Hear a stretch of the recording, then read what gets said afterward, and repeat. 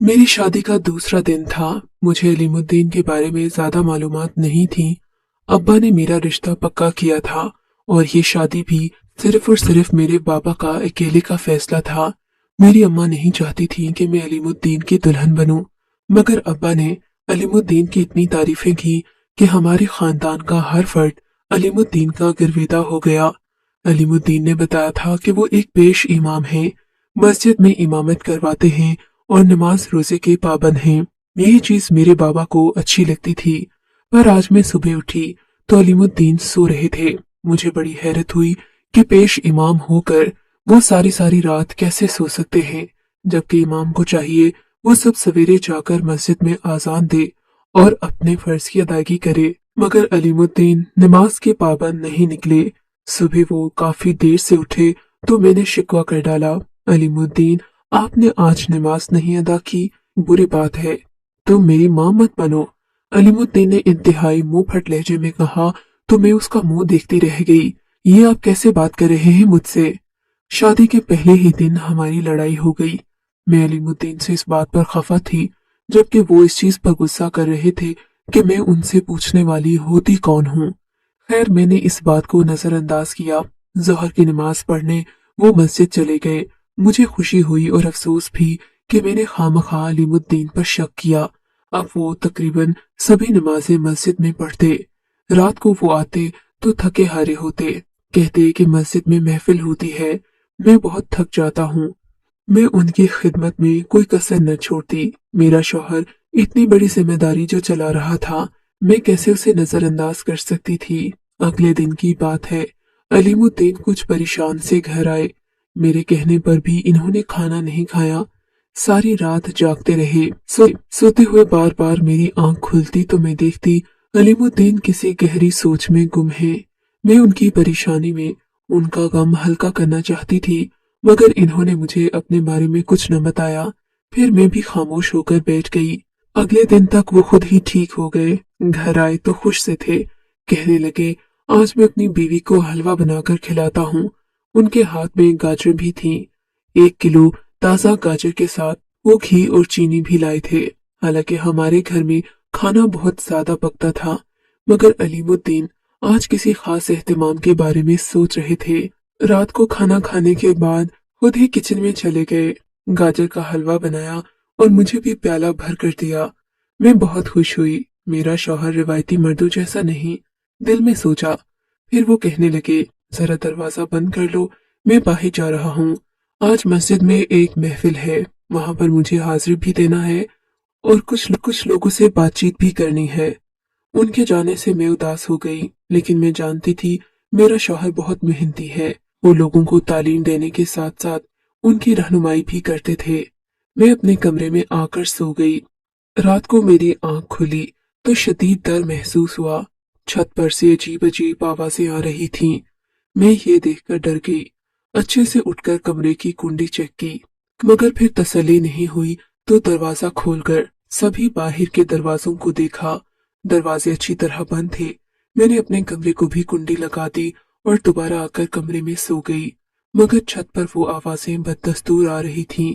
डर के मारे मेरा बुरा हाल था। सोच रही थी कि अलीमुद्दीन ना ही जाते तो अच्छा था। अगले दिन वो तकरीबन सुबह 10 बजे घर आए तो मैंने उन्हें शिकवा किया, अलीमुद्दीन आपके होते हुए भी मुझे अकेले में डर लगता है। आप खुदा के लिए रात को मत जाया करें। मुझे लगता है रात के वक्त कोई हमारी छत पर कूद आता है। आप बताएं मैं क्या करूं? मुझे बहुत डर लगता है। तुम्हें अल्लाह पर भरोसा नहीं क्या? अलीमुद्दीन ने मुझे डांटा। आयतुल कुर्सी पढ़कर सो जाया करो। जान और माल की हिफाजत खुद ही होती है। उनकी बात सुनकर मैं मुतमईन हो गई, मगर रोजाना यही तमाशा होने लगा। एक दिन मैंने सोचा दिन के वक्त जाकर छत पर देखूं तो सही कि आखिर हमारी छत पर होता क्या है, पता तो चले। मैं खानदार ताने लगाने के बारे में भी सोच रही थी। यही सोचकर मैं छत पर गई। आज शादी के बाद पहली बार अपने घर का छत देख रही थी। छत के एक तरफ छोटा सा कमरा बना था, बाकी छत खुला और साफ सुथरा था। मगर मुझे ये देखकर सख्त हैरत हुई कि छत पर बेशुमार छोटे छोटे प्याले पड़े थे। इन कागजी बर्तनों में हल्की हल्की खीर की तह भी लगी हुई थी। मैंने इन्हें गौर से देखा तो मैं समझ गई कि ये बर्तन खाने पीने के लिए इस्तेमाल होते हैं। तकरीबन 4-5 के करीब ये बर्तन थे, जिनमें किसी के अंदर गाजर के हलवे के बाकियात तो किसी में दूध की तह जमी हुई थी। ये देखकर मैं सोच में पड़ गई। मुझे लगा कि ये बिल्कुल वही खीर और हलवा है जो हमारे अपने घर में बनता है। हलवा तो हूबहू वही था, बिल्कुल वैसा ही रंग और वैसी ही खुशबू। मगर मैंने शक करना मुनासिब नहीं समझा।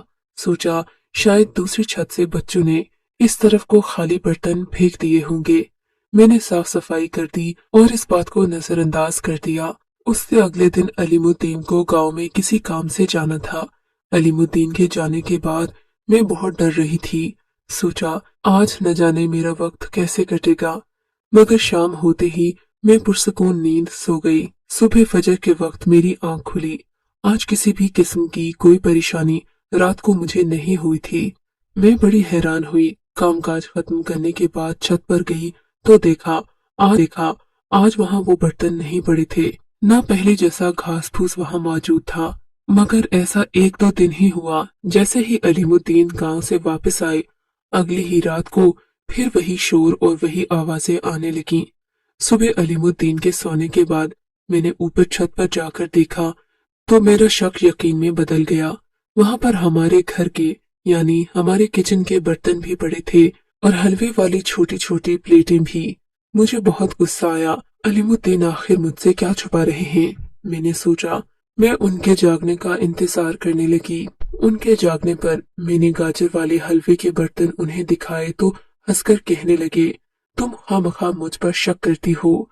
मैंने तो तुम्हारी मदद के लिए सारे बर्तन छत पर रखे ताकि इन्हें धूप लगवा लो। जानती हो ना, पिछले दिनों चचा मुनीर हमारे घर आए थे। उनको टीबी है। उनकी टीबी की तशखीस कल परसों ही हुई है। मैंने सोचा कि कहीं हमें भी ऐसी बीमारी न लग जाए, इसलिए कुछ बर्तन छत पर रख दिए हैं। बाकी भी तुम आज मेरे साथ मिलकर छत पर रखवा दो। बिस्तर वगैरह भी छत पर डाल देते हैं। धूप लगेगी तो सारे जरासीम मर जाएंगे। अपने शौहर की ये बात सुनकर मैं शर्मिंदा हो गई। मैं न जाने क्या सोच रही थी कि वो मुझसे खाना बनवा कर जाया करते हैं, मगर ऐसा कुछ भी नहीं था। उस सुबह हम दोनों ने मिलकर छत के ऊपर बिस्तर वगैरह फैलाकर रख दिए। मेरे शौहर अलीमुद्दीन सफाई के बहुत पाबंद थे और सफाई पसंद भी थे, इसीलिए मैं घर की नफासत का खास ख्याल रखती। शाम हुई तो वो सब बिस्तर वगैरह उतार कर कमरों में रख दिए, कुछ संदूक में बंद कर दिए। उसी शाम जब मैं छत पर खड़ी थी तो मेरी सामने वाली छत पर खड़ी एक औरत से मुलाकात हो गई। उस वक्त अलीमुद्दीन घर पर नहीं थे। मैं अपने बिस्तर वगैरह वापस लेने छत पर गई थी। मुझसे बात करते हुए वो मुझे मशकूक नजरों से देख रही थी। फिर मुझे राजदारी के अंदाज में बताने लगी, सुनो बहन, मैं तुम्हें एक बात बताना चाहती हूँ। अगर तुम नाराज ना हो तो कहूंगी। मैंने कहा, आप मुझे बताइए, मैं किसी से जिक्र नहीं करूंगी। तब वो कहने लगी, तुम्हारी छत पर हर रोज तुम्हारा शौहर 2-3 लोगों को लेकर आता है। अब वो लोग कौन हैं, औरतें हैं या मर्द, मैं इस बारे में नहीं जानती, मगर इनकी आवाजें बारीक और सुरीली होती हैं। ये बारीक आवाज में कुछ गुनगुनाते हैं या पढ़ते हैं, ये तो मैं नहीं जानती, मगर रात को मैंने 3-4 बार खुद तुम्हारे शौहर को छत पर देखा है। ये इन लोगों की बहुत सेवा करता है। न जाने ये कौन लोग हैं जिनके लिए ये पूरी पूरी रात जागता है। न जाने तुम कहाँ होती हो। अपने शौहर पर नजर रखा करो, कुछ भी हो सकता है। ऐसे कामों में पड़ने के बाद मुश्किलात तुम्हारे लिए भी पैदा हो सकती हैं। औरत की बात मैं जानती थी कि वो यूं ही बेपरकी उड़ा रही है, मगर बात कोई भी हो, कैसी भी हो, उसके पीछे कोई न कोई वजह या कोई न कोई कहानी जरूर होती है। मैंने भी दिल में तहैया कर लिया कि अपने शौहर पर नजर रखूंगी, मगर उन्हें शक नहीं होने दूंगी। अब मैं अलीमुद्दीन की निगरानी करने लगी, मगर वो भी कुछ मोहतात से हो गए थे। रात को इन्होंने घर से निकलना बंद कर दिया। मुझसे बात बात पर इजहारे मोहब्बत करते और कहते कि मैं तुम्हें चाहने लगा हूँ, तुम्हारे बिना नहीं रह सकता, कुछ भी हो जाए तुम मुझे छोड़कर नहीं जाना। मैं अपने शौहर की बात सुनकर काफी परेशान होती कि वो आजकल मुझसे ऐसी बातें क्यों करने लगे हैं। हालांकि मैंने कभी भी उनसे कोई फरमाइश नहीं की थी, न ही घर से जाने की कोई धमकी दी थी।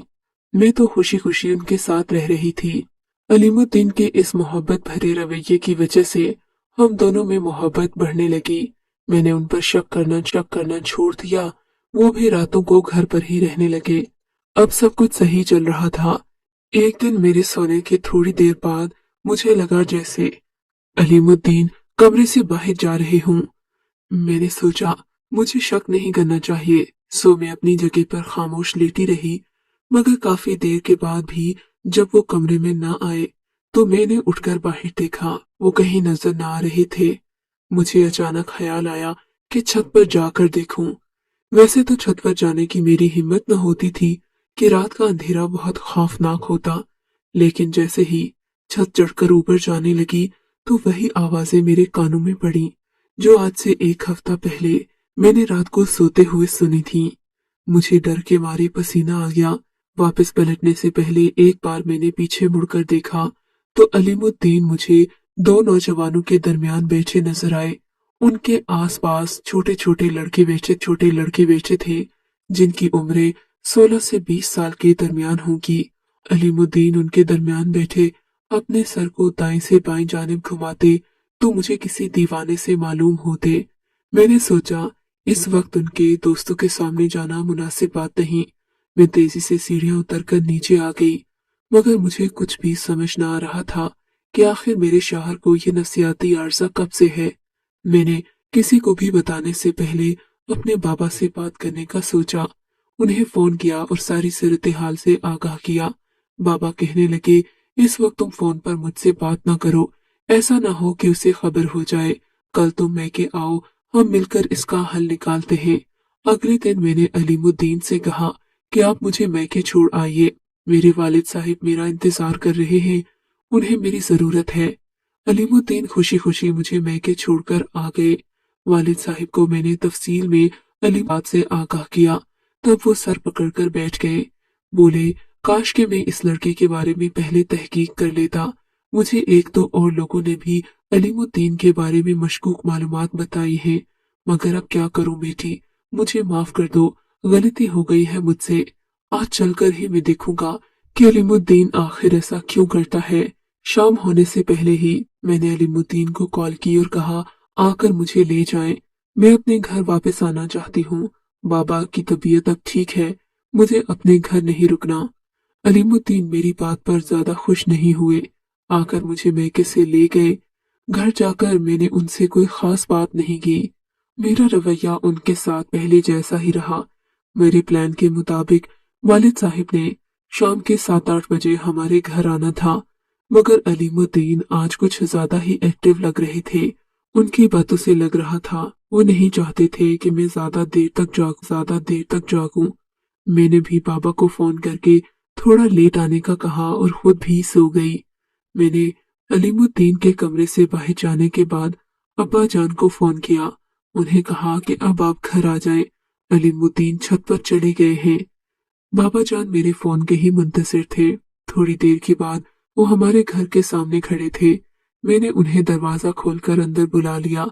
इन्होंने अलीमुद्दीन के बारे में मुझसे और भी पूछगछ की और फिर दबे कदमों छत पर चले गए। उनके जाने के बाद मैं भी उनके पीछे पीछे गई। छत से तेज आवाजें आ रही थीं।